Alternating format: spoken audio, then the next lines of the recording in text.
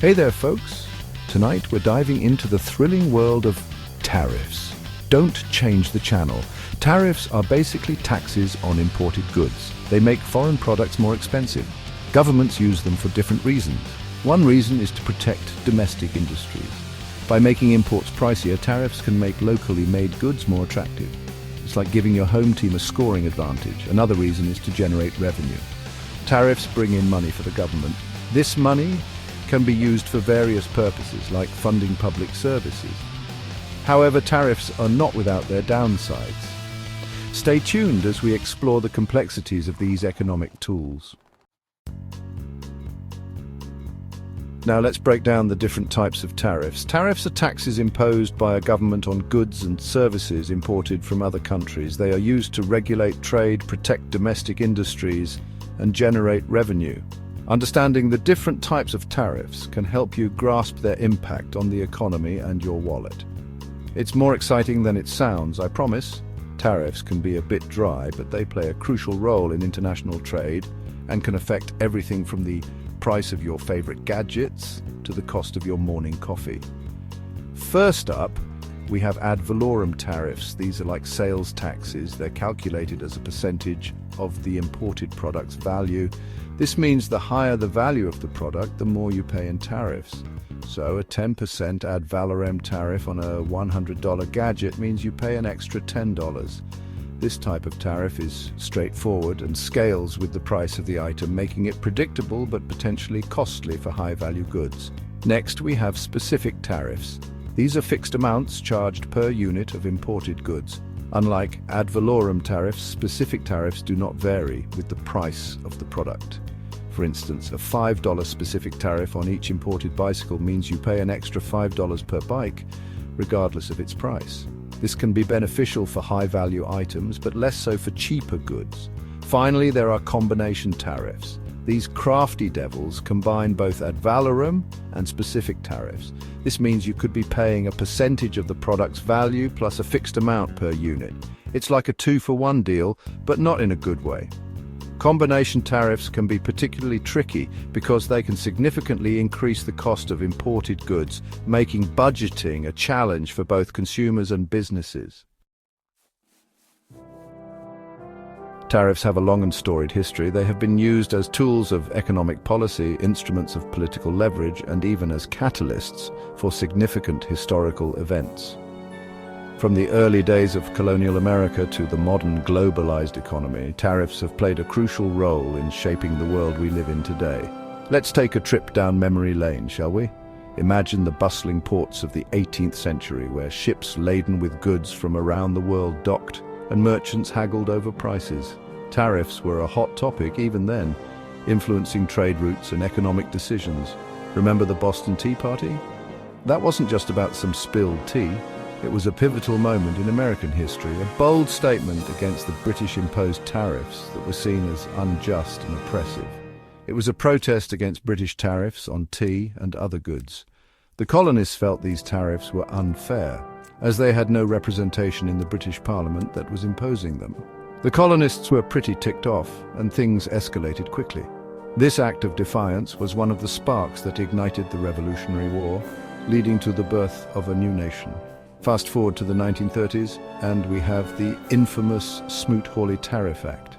This piece of legislation was intended to protect American industries during the Great Depression by imposing high tariffs on over 20,000 imported goods. This act slapped hefty tariffs on over 20,000 imported goods.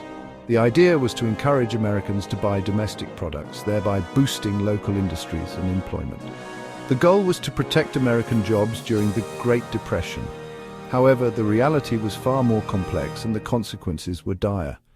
However, it backfired spectacularly, exacerbating the economic downturn. Other countries retaliated with their own tariffs, leading to a significant drop in international trade and worsening the global economic crisis. More recently, in 2018, the Trump administration imposed tariffs on billions of dollars worth of Chinese goods. This move was part of a broader strategy to address trade imbalances and protect American intellectual property. This ignited a trade war between the two economic giants, leaving businesses and consumers caught in the crossfire. The ripple effects were felt globally, affecting supply chains, market prices, and international relations.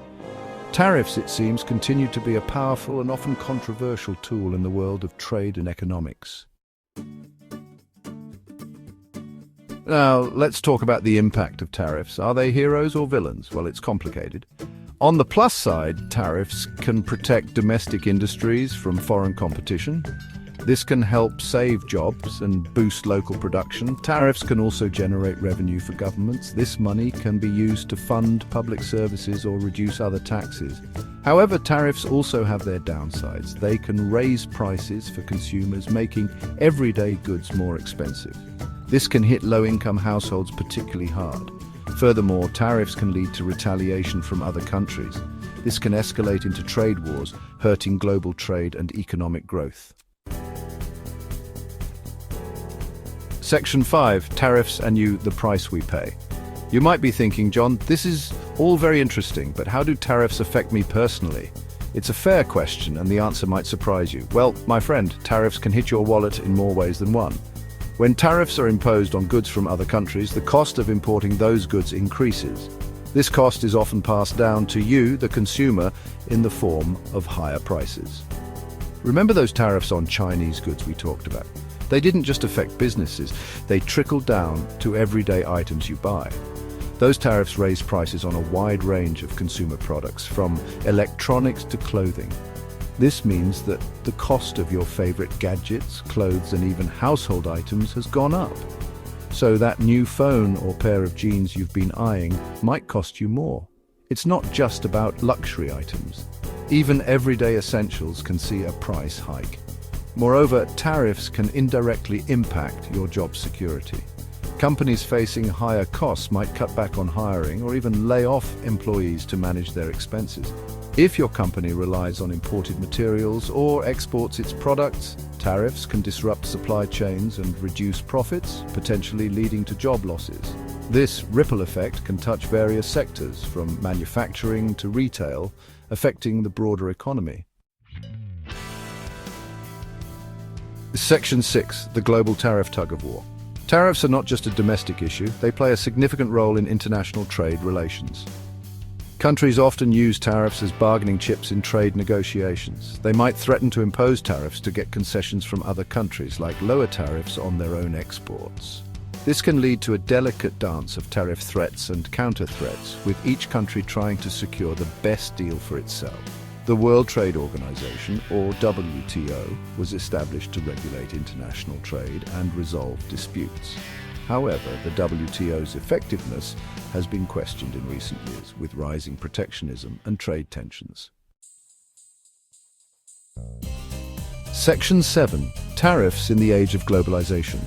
In today's interconnected world, goods flow freely across borders, and global supply chains are more integrated than ever. So how do tariffs fit into this globalized economy?